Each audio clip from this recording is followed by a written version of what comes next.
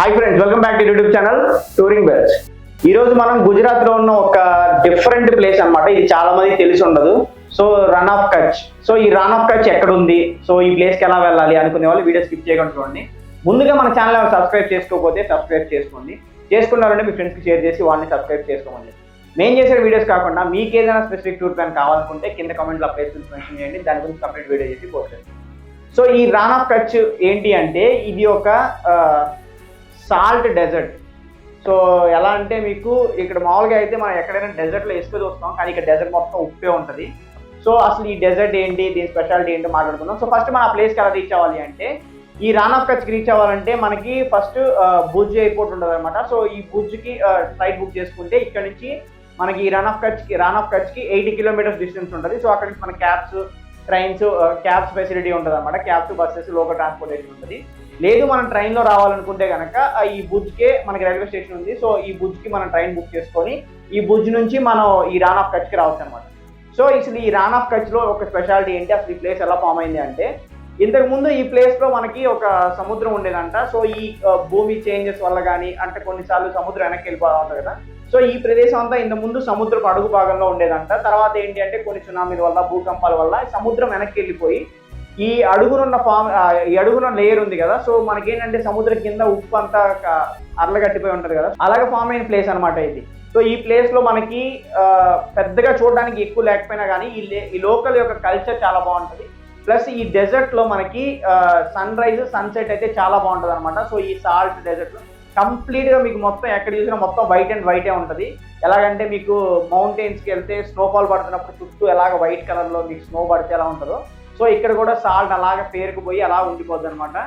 So ఈ dessert చూడడానికి అయితే చాలా అద్భుతంగా, చాలా డిఫరెంట్ గా కూడా ఉంటుంది. మనం అన్ని డెజర్ట్ లో ఏంటంటే గోల్డ్ అండ్ శాండ్ చూస్తాం, అలా చూస్తాం కానీ సో ఇక్కడ ఏంటంటే కంప్లీట్ వైట్ అండ్ వైట్ గా ఉంటుంది. సో ఇది సన్ రైజ్, సన్సెట్ చెప్పాను కదా. సో ఈ సన్ రైజ్, సన్సెట్ టైంలో ఏంటి అంటే ఆ టైంలో మనకి సన్ ఒక డిఫరెంట్ షేడ్ వస్తుంది కదా. సో అది ఈ డెజర్ట్ మీద పడితే ఈ వ్యూస్ చాలా బాగుంటాయి అనమాట. సో ఇంకొకటి ఏంటి అంటే, ఈ రన్ ఆఫ్ కచ్లో మనం నార్మల్గా అయితే ఈ చుట్టుపక్కల ప్లేసెస్ చిన్న చిన్న ఉన్నాయి, ఆ ప్లేస్ విజిట్ చేయొచ్చు. లోకల్ ట్రెడిషన్స్, లోకల్ ఒక ఫుడ్ ఎక్స్ప్లోర్ చేయొచ్చు. ఇలా కాకుండా మనం ఫన్ యాక్టివిటీస్ కూడా చేయాలి, ఇంకా ప్లేస్ని ఎక్స్ప్లోర్ చేయాలి అనుకుంటే మనకి నవంబర్ నుంచి ఫిబ్రవరి టైం మధ్యలో వెళ్తే మాత్రం ఇక్కడ బోల్డ్ అని కల్చరల్ యాక్టివిటీ జరుగుతాయి. దాన్ని రాన్ ఫెస్టివల్ అంటారంట. సో ఈ రాన్ ఫెస్టివల్ ఈ నవంబర్ నుంచి మనకి ఫిబ్రవరి టైంలో చేస్తారు. ఎందుకంటే జనరల్గా మనకి డెజర్ట్స్ అనగానే బాగా హీట్, బాగా వేడి అలా ఉంటుంది కదా. సో మనకి వింటర్ టైంలో ఏంటంటే హీట్ లెవెల్ తక్కువ ఉంటుంది. సో అందరూ ఏంటంటే ఈ టైంలో ఈ ఫెస్టివల్ చేసుకుంటే మనకి ఎక్కువ హీట్ ఉండదు, ప్లస్ మనం ఆ ఫెస్టివల్ బాగా ఎంజాయ్ చేయొచ్చు. సో ఇక్కడ ఈ టైంలో ఏంటి అంటే ఈ నవంబర్ నుంచి ఈ ఫిబ్రవరి టైంలో మనకి ఇక్కడ ఫెస్టివల్ లాగా చేస్తారు. సో మార్నింగ్ టైమ్స్లో మనకి ఇక్కడ ఎలాగైతే మనకి జాతర అవి చేస్తారు కదా, సో అట్లాగా మార్నింగ్ టైంలో చిన్న చిన్న యాక్టివిటీస్ అవి ఉంటాయి. ఆఫ్టర్నూన్లో డిఫరెంట్ టైప్స్ ఆఫ్ ఫుడ్స్ అవన్నీ దొరుకుతాయి. ఈవినింగ్ టైమ్స్లో మనం కల్చరల్ యాక్టివిటీస్లో పార్టిసిపేట్ చేయడం, అంటే డాన్సెస్ ఉంటాయి, లైట్ షోస్ ఉంటాయి. నైట్ టైం అయితే ఫుల్ లైటింగ్తో చాలా అంటే చాలా బాగుంటుంది. నైట్ లైఫ్ అయితే ఇంకా బాగుంటుంది అనమాట. సో నైట్ టైంలో ఏంటి అంటే మనకి ఇక్కడ అంతా night dance shows, singing shows, camp fires మామూలుగా ఉండదు అనమాట. సరదాగా ఎంజాయ్ చేసుకోవచ్చు.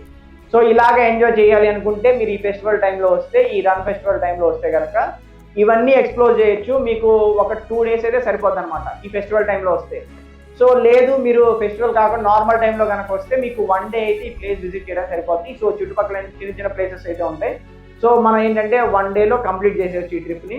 మనం నార్మల్ టైంలో వస్తే మనకి ఇక్కడ దగ్గరలో హోటల్స్ కానీ, స్టేకి కానీ రేట్లు ఎక్కువ ఉండవు, తక్కువే ఉంటాయి.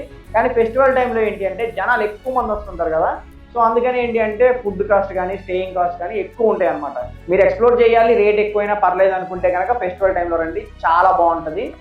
లేదు జస్ట్ మన ఈ ప్లేస్ విజిట్ చేస్తే చాలా అనుకుంటే కనుక నార్మల్ టైంలో వచ్చేయండి. అప్పుడు బడ్జెట్ ఏంటంటే మనకి తక్కువలో వెళ్ళిపోతుంది. సో మనం చెప్పాను కదా, సో ఈ రన్ ఆఫ్ కచ్, సో ఇది అనమాట ఈ ప్లేస్ యొక్క స్పెషాలిటీ. ఇక్కడ మనం చూడగలిగే ప్లేసెస్ ఇవేంటి. సో ఇక్కడతో మనకి ట్రిప్ కంప్లీట్ అయిపోయినట్టే. ఈ వీడియో కనుక మీకు నచ్చినట్లయితే don't forget to like, share and subscribe to YouTube channel Touring bells.